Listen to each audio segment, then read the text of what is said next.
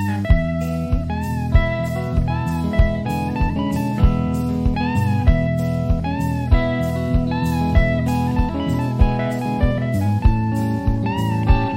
to the Indie Writer Podcast, where we talk about all things writing and indie publishing. Today, we are excited to talk about beach reads with Annie McQuaid. Annie is a Boston native, but grew up in North Carolina, where the winters are much easier to handle. She's been writing since she can remember and holds a BA in Communications and Creative Writing from Elon University. In April 2022, she was selected as a Kiss Pitch mentee for a 2-month-long writing mentorship program. In her day job, she works as a marketing director for Cengage Publishing, where she gets to be a storyteller every day. And I guess my first question is, did I pronounce your place of employment correctly? Cengage, yes. Cengage Group is a textbook publishing company. I work on the digital higher ed side. Very cool. Beach read is such a vague term. How do you define it? I was thinking about this, and I think there's the classic definition of, a book that takes place on a beach or is really lighthearted, usually a romance, usually families coming together, that sort of thing. But I think it's really, I know when I'm looking for a beach read, I'm looking for something to entertain me, something where I'm not going to have to think too much. I don't have to look up a bunch of words. I can just get into the story, really get engaged with the characters, go on an adventure, something that will take me away, or even something that's predictable and is just kind of something fun and lighthearted to just sink into, and, something you can read while you have a margarita in your hand. I love that definition. Do you have any thoughts, Carrie? I have a glass of wine in my hand right now. Perfect. So you need beach read. Because I just got home from work. Well, I think you were going to talk about the literal beach. I have a beach in my neighborhood. So any book that I want to take there and kind of chill out and watch the water go by, which is usually exactly what Annie said. Yeah, that's amazing. I think I need to hear more about this Ohio beach, Carrie. Well, we have beaches on Lake Erie, but my beach is Wyoga Lake. It's just this little lake that's in northeast Ohio, Stowe, Cuyahoga Falls, outside of Akron area. And my neighborhood owns the beach. So everyone in the neighborhood has a tiny piece of it that's on their deed. Wow. So I own So cool. tiny portion. Wow. So we all get to use it, and it's Ohio, so it's not always hot, but when it is hot, it's really nice. Do people take books there? Is that a thing? Do you lay on the beach and read there? I do. I have seen some people with books. I think most people grill and talk. Me. I just sit there and watch my kids play because they can be entertained for hours there, and I don't have to get them drinks. I don't have to come up with things for them to do. I just get to sit there and read and watch them. So yeah, it's awesome. That's very cool. You're right. That was one of my next questions. Does it have to actually be a literal beach to be a beach read, or what does a beach represent to you? Right. Yeah. I think that is the classical definition of what a beach read, when I picture the covers that have the towels and a hat and, a woman drinking on the beach. But I do think it's more just an escape. So I love when the beach read is actually on the beach, but I think if it's someone else on vacation or someone else traveling or having an adventure, that kind of encompasses the same sort of idea. And I also think sometimes I feel like reading a thriller when I'm on the beach, not one that's too dark or too gruesome, but, a mystery or something that you can really dive into. Yeah, I was going to ask about genre too. So I feel like people so often conflate beach read with romance or women's fiction. And I feel like just like those genres, people can be really condescending about it. Mm-hmm. And yeah. I guess my very pointed question is tell me about why this is about gender. You don't actually have to take it in that direction, but I'd like to hear your thoughts on that. Oh, that is so interesting. Yeah, I do think it's funny that we have this genre of women's fiction or chick lit, and I have read books written by men that could have fallen under that same category, but because it's written by a man, it's just fiction or literary fiction. So it is tricky, and I know it's marketing and it's targeting that audience, and they're doing that for a reason, and that's who's reading those books. But yeah, I always come back to that concept of, if this was written by a man, would it be considered women's fiction? And I don't even know if Nicholas Sparks sometimes gets put in that category. It's almost more just bestseller. So I don't know if that's really answering your question, but yeah, I have some conflicting thoughts on that whole matter. Today, I was looking at Twitter, and my Twitter friend, who is a librarian and an author, and she does collection development too, so we are kind of similar. She mentioned upmarket fiction, and I feel like that's a better term. Well, I think it would be more of a better term for like women's fiction, because it's not necessarily always about women. And you wouldn't say men's fiction Mm-hmm. because it's not like, what do you mean when you say men's fiction, Like when I think of men's fiction, I think of like those stupid like war novels that I have to buy for the library. I don't know, but I like the term upmarket for books that are like book club fiction, might be a beach read, like Jennifer Weiner, Mm-hmm. but not necessarily, you know what I mean? Like that whole like Jonathan Tropper would be women's fiction if he wasn't a man, you know what I mean? So more of like kind of an all-encompassing, something that is easy to read and sells well description. Right. Which I think kind of brings up another point about the snobbiness. People are snobby about beach reads, but they sell, they make a lot of money. Like, that's what people want to read. So, It's true. what is your favorite ever beach read? I knew this question was probably coming. I'm so bad at picking favorites because I love reading new things. So gosh, I mean, this is probably a boring answer, but I really love the book Beach Read by Emily Henry. I know she doesn't need any help promoting that book, but that book, whenever it came out, it really got me back into writing again. And I just loved it. It just made me, you go through those phases where you kind of fall out of love with reading or out of writing. And that one just made me fall back in love with all of that again. So that, I think, is my staple. But before that, and the book that I always tell people to read if they're in a slump, and it's not on a beach, and I don't really know why it's a beach read, but the book The Idea of You, by Robinne Lee. It's like low-key Harry Styles fanfic. It's really fun. And that's kind of one of those like candy books I always recommend people if they're just looking for something fun and easy they want to get back into reading. That's cool. I've never heard of that book. I assumed that Emily Henry would come up. When you think of beach read, you think of beach read. Like, that was an ingenious title. I know. Like, that just skyrocketed her up the charts. Like, at my library, we didn't do it last year, but this year we did a March Madness style tournament, and we pitted books up against each other and had people vote for their favorites. And people you meet on vacation won the March Madness tournament. So we know that. So good. Now, to say what I love about that book too is it's about a female author, right, who's writing more popular books, who's neighbors with a serious literary male writer. And so it really does take that genre and just twist it even more. So yeah, I love everything about that book. I totally love all of Emily Henry's books, but I saw, just to play devil's advocate, I saw an interesting Twitter conversation where some romance authors kind of felt like, and readers kind of felt like she was like trying too hard to like subvert tropes and like, be different.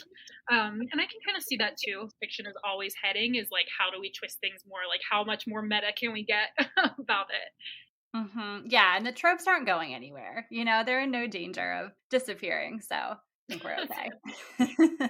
I would have felt really bad about saying this if I hadn't read all of the bad stuff about Ellen Hilderbrand. Yeah.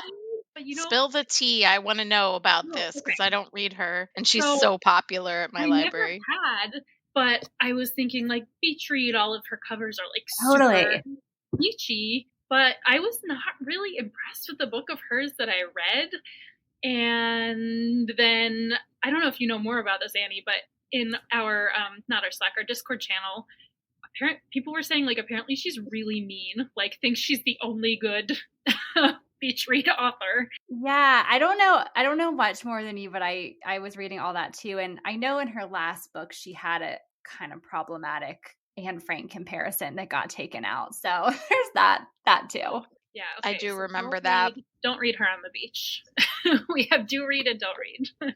She's canceled. Are there any that you're really anticipating? Like what are you going to read on the beach this summer? Well, I will be going to a real beach. I go to Bald Head Island. My best friend has a house there every summer, so I am very excited. I am in the middle of reading One Italian Summer right now from Rebecca Serle.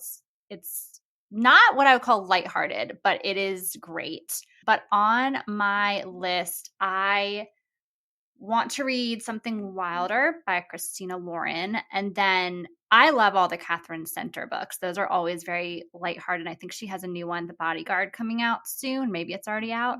I have so many, though, just so many stacked up. I just also finished reading The House on the Cerulean Sea, which it kind of falls in that category we were talking about, where it's written by a man, and I wouldn't say it's a beach read, but it is really beautiful. And I don't know, it does take place on a beach, and I would highly recommend that one. I've heard so many good things about that book, and a lot of people have said the audio is good. So my library subscribes to Hoopla, which is always available audiobooks. You don't have to wait in line for them. So I put that on my list, but so many things on the list. And I read One Italian Summer for book list, and I liked it. I definitely thought, it's a little heavier. It is a good beach read. Yeah, it has great descriptions of Italy. So if you're looking for something that's going to like take you away, and it talks about the food and the culture and the place, like that aspect of it, and I'm listening to it, and Lauren Graham of Gilmore Girls fame is reading it. So that's fun. So I really like, but I get it's definitely not lighthearted. I'd add some trigger warnings to it. I have my pile. I got an arc of Melissa Albert's Our Crooked Hearts that I'm super excited about, because I found her Hazelwood books like so immersive, and like I couldn't think about anything else while I was reading them. Also some Christina Lauren. I'm going to read Josh and Hazel's Guide to Not Dating. And then this one I am very excited about, the Jagged Little Pill novel by Eric Smith and Diablo Cody. I think will be that's fun, like nostalgic, and I think it's like kind of YA too. I didn't even really look at what it's about. I just saw, okay, there's a Jagged Little Pill novel, and it's by Eric Smith and Diablo Cody. I feel like it's definitely the like nostalgic, relaxed, like easygoing vibe. Why don't you both talk about your not relationship, but like your affiliation with Kiss Pitch, because I am very interested in that. Yeah, so we were both picked for Kiss Pitch, which is super exciting. So exciting. We're part of the Friday Kiss Facebook group, and long story short, anybody in that group was able to submit an application where we put, was it like a synopsis and first couple chapters? I don't remember what we did initially. And then different mentors who are established romance authors selected who they wanted to work with. And yeah, it's exciting. So we both got picked. And so now I think most of us are kind of working on some developmental edits, and then there will be line edits. The program was supposed to only run through June, but so everybody's going a little longer than that. For me, my developmental edits are due the end of June, and then we'll do line edits.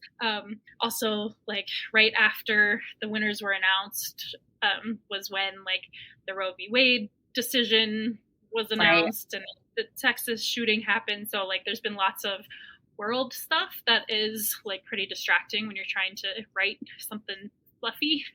So I think a lot of mentors are giving us a lot of grace, but it's really exciting. I love my mentor. Yeah, and I also I love my mentor too. I'm working with the writing duo Aaron Rose, and they have been so great in getting me on track and helping me with everything I need to do and just like holding my hand through the whole process. But it's also been great connecting with the fellow mentees and having our little Discord and our Facebook group and just knowing there's other people kind of going through the same writing process at the same time. And it really is. I mean, Carrie, you know what it's like to be in a writing group where you can kind of complain to people. It is. It's really nice to like have a place to be like, wow, how am I supposed to write a happily ever after in this world right now? And people like also kind of get it and are also trying to do that on a deadline. And everyone is really wonderful. Everyone in the program is really great. Yeah, I'm curious where they'll take this program, because I feel like it's been so far really good and really successful, and we'll see what happens next. Yeah, we're making like the next generation of beach reads for what, like 2024? Yeah, I think fingers crossed. That actually brings me to my last question, which is about craft. What are you taking into consideration when you're trying to make a book that is lighthearted and relaxing and a leisurely read? Such a great question. Well, I will say my first draft, so my book takes place on an island. It is exes who have crashed and are stranded on an island and have to work together to survive. So my first draft was not very lighthearted, and I kind of quickly learned that I needed to pick a genre, pick a category, and pick a direction, and decide if I was writing like a gritty survival novel or something more of a beach read. And once I decided I wanted to do the beach read romance rom-com, I mean, it was really just keeping that front of mind. And I actually went through when I'm editing, and each chapter or each scene or section, I will put like the feeling I want to convey, or the mood or the vibe or whatever it is, kind of just in notes to myself or in the corner. And so then when I write, I keep coming back to that, like just trying to remember this is supposed to be like the sexy scene, or this is supposed to be the funny part, and really keep that front and center so that the vibe carries through. And I'm not, having them eating bugs in the sand like I was in my first draft. Yeah, that makes sense. That's funny. So if you're working on a beach read and you want it, like Becca was saying, to be leisurely, what kinds of things do you do to the characters to create that conflict? How do you, I don't want to say how you resolve it because that would be a spoiler, but maybe some examples. I mean, for me, it really comes back to the tropes and the genre. Like, I feel like when people sign up for a romance, when people sign up for a romance, they know there's going to be like a third act conflict, and then it will be resolved. And so just providing what people expect, I think makes the conflict still kind of leisurely. But I have had to, so something I realized I wasn't doing in the draft that I submitted is I was like not showing happy fun times. So I was trying to like meet all the beats. And so I actually have like on Scrivener for the chapter I'm working on tomorrow, it's like happy fun time chapter. And that's all I'm working with, because I think like it can't just be about the plot. Like you have to let people immerse themselves in the good feelings too, to get that beach read feel. Yeah, I think that was one of the lessons a lot of us learned. I remember seeing a lot of people being like, oh yeah, I'm working on that same thing, because I know as soon as my characters got together, I broke them up right away. And it was like, no, we got to sit with that for a second and let the readers enjoy it. And you kind of have to hit those beats too. So if you're doing like a slow burn and then you get them together, it's like you almost have to break them up immediately because you need that kind of final, closure. But then I've seen some writers make it so that they're not actually breaking up, but they're having some kind of problem. And it's like, I can't give examples because I don't want to spoil any books for anyone, but I'm sure everyone's read books where things like that happen. I saw a request on Twitter for that very specific thing. Like people were asking for books without a third act breakup. I might be part of the same, like, we want leisure, we want something relaxing. Like, even if we know it's getting better, maybe we just don't feel like dealing with anything that hard in our reading worlds. I get it. I was going to also add or ask one category we haven't talked about that I don't know if really falls into this, but nonfiction sometimes can be a good beach read. Like I love reading Elizabeth Gilbert's Big Magic when I'm on vacation, or Eat, Pray, Love, or anything by David Sedaris is kind of my go-to for just, sometimes it's nice just to have someone's like funny stories as opposed to a full character arc. I read something super weird on the beach last year, and I think that was definitely like, okay, it's a literal beach read. Like, it's way too heavy for that definition. It was about like sexual taboos. But I read it, it was not fiction. I read it so fast. It was like, it was so interesting and weird. And were you like staring, like looking around at all the like half naked people on the beach, like, what are you into? Like, I know, right? I know. Like, the first part of it was things that people just find weird, but they're not like taboo. And then like the second section was like, oh my gosh, why would anybody ever do this? And like people who actually do that stuff. And it's like, whoa. But it's funny because you can remember, at least I can. I remember every book that I read, I remember whether or not I read it on the beach or on my back porch or on my couch. Like, I don't know. Am I the only one who does that? And to the degree where when I drive, because I listen to a lot of audiobooks, when I'm driving, I will think of certain parts of certain books when I'm in different places in my town because I remember where I heard them. Me too. I bet that has a name, some sort of like sense memory. Yeah, probably. So I wonder how like being on vacation or being on the beach, like I wonder how that actually affects a reading of a book. Like it probably actually changes our experience of it too, I'd imagine. And I feel like that's really one of the only times I sit and read a whole book at once. Like a lot of times I'm just like trying to get chapters in at night, or maybe on the weekend I'm reading more, but to read a book in one sitting or close to one sitting is a different experience. You really just get to like absorb it all. Yeah, I read one. I was on vacation last week and we didn't go on a beach, but it's just something about you hike all day and then you go back to the hotel and you're like, I'm just going to read for 3 hours sitting in the hotel room while my kids watch TV. And I read this one called When Life Gives You Vampires. I think it comes out in October, so it's more like a Halloween thing, but it was a perfect beach read. Like anybody would love to read it on the beach, I think.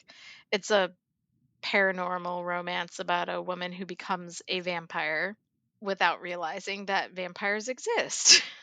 She wakes up and she's a vampire, poof, and she doesn't remember why. So it was perfectly structured. Like I wrote this in my Goodreads review. I'm like, anybody, even if you don't like romance, you don't like paranormal, should read it because it hit every note from like planting the Chekhov's gun to bringing it back at the appropriate time, and then the ending that the reader expects but doesn't expect. Like it was so good. So that actually makes me think of something you were talking about earlier with the slow burn and then like bringing it back at the appropriate time. Do beach reads need to be fast paced? I do think they have to entertain. I think that's kind of part of it. Because especially when you're on vacation, you're just like looking to be entertained and have fun. But I guess people are entertained by different things. So if a slow burn is what someone's into, that's probably going to work for them. Do your partners read on the beach or on vacation? No. Mine is like tech books. It's not. Yeah. Have y'all been watching The Summer I Turned Pretty at all? That just came out. I mean, it's for teenagers, but it's based on the series by Jenny Han. I think it came out on Prime on Friday. And it's just this whole conversation. It's like, it's very much the quintessential beach read turned into a series. And it's so nostalgic and fun. What is, for both of you, I guess, although Becca, I kind of know a little bit about your process. So Annie, what is your process when, developing an idea to possibly an outline, and then, how does this all work for you? Yeah. So Usually an idea will come to me like a scene or a few scenes, almost like a movie, and I'll try to get that down. And then I usually if I can't get out of my head, I'll actually sit and try to make something happen with it. For this current story I'm working on, I decided to do NaNoWriMo in 2020. And day one, I had a whole outline for a whole different story. And then I had a shower thought. And day two, I'd started writing Crash Landing because I couldn't get out of my head. So it really came out just, a very rough draft zero during the month of November. And then I really, like I said, that was the draft that it was like a little more traumatic and survivalist. And then I went back and added kind of the whole lens of it being more of a romance and did a reverse outline, did a scene list. And that's kind of when I went through and did all the actual plotting and figuring out what the heart of the story was and what the beats were. But I already knew the characters and I already had those scenes really fleshed out in my head. So it's going from there. And now my Kiss Pinch mentees or mentors are making it shine even more. I read a lot of craft books in the meantime as well. That's what I was going to say. So we usually ask our guests what their favorite craft books are. So how did that help you develop your story? Save the Cat is definitely a classic. My father writes like short plays and films and whatnot. And so he was really good to talk to about just like the structure of a story. And I also really love Stephen King's book on writing. It's not necessarily crafting plot, but it really is a lot about just writing and how, I don't know, sentence structure and all of those things that just to kind of solidify. So reading that, I read that a few times. It always inspires me to really think about writing because his brain is just so fascinating to me. And I think he does a really good job of explaining, like dissecting what writing is and how it works, as opposed to me just kind of wandering through the woods blind, like I feel like I'm doing sometimes. But yeah, and then I've gotten a lot more into some of the tools, like the creating a reverse outline and things like that aren't so much a whole book, but just some of those editing processes have really helped me. Tell me more about this reverse outline thing. Yeah. So I reverse outline or a scene list. My mentors had me start by going through every single scene, not necessarily by chapter, and writing kind of what's happening in the scene, how many words are in the scene. I have a lot of flashbacks, so I made some color coding if this is a flashback or this is present time.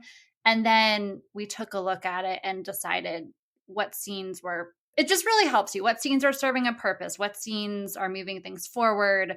Where are you kind of doing the same thing in a few scenes, but different ways? And where are you missing major plot points? And it has really served as a map as I went back and I changed the ending pretty drastically. So I can see where the holes are after writing that all out. That's interesting. So it's not going like an outline like backwards from the ending, but it's more like taking the draft you already have and then making an outline of it. Right. It's a reverse outline because I did not do an outline to start. So I started with total chaos on the page, 300 pages of just drafting and then did an outline. So outline in reverse in that sense. That's interesting. I have a friend who does that, and she has written like a million books. And she's a cozy mystery writer, which is another great beach read. I love reading cozies on the beach. But she's written like 50 books, maybe more than that. I don't know. And she is like, someone tell me how to outline because I can't do it. She has to write the discovery draft and then go back and do that. So, and she's like, sometimes they don't even know the killer before the last chapter.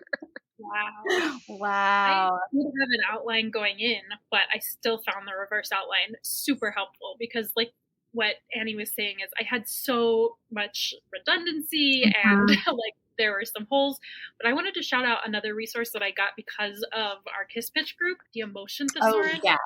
I love that. So good.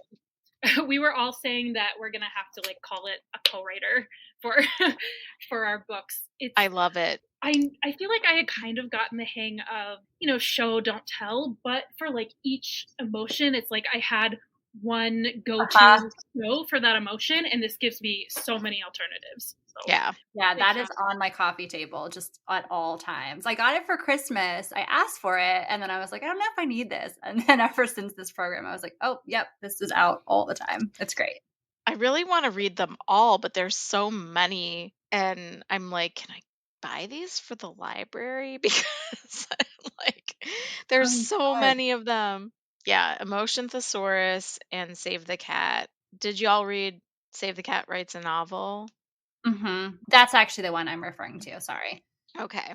Yeah, I am so glad I bought that book because it is beat up.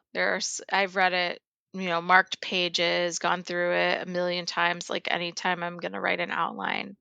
That and K.M. Weiland's books, which I've talked about a million times. So podcast listeners are like, not again. But those are, I love that we all kind of resonate on the same topics. Mm-hmm. Yeah. Annie, why don't you tell our listeners about what you're working on next and where to find you?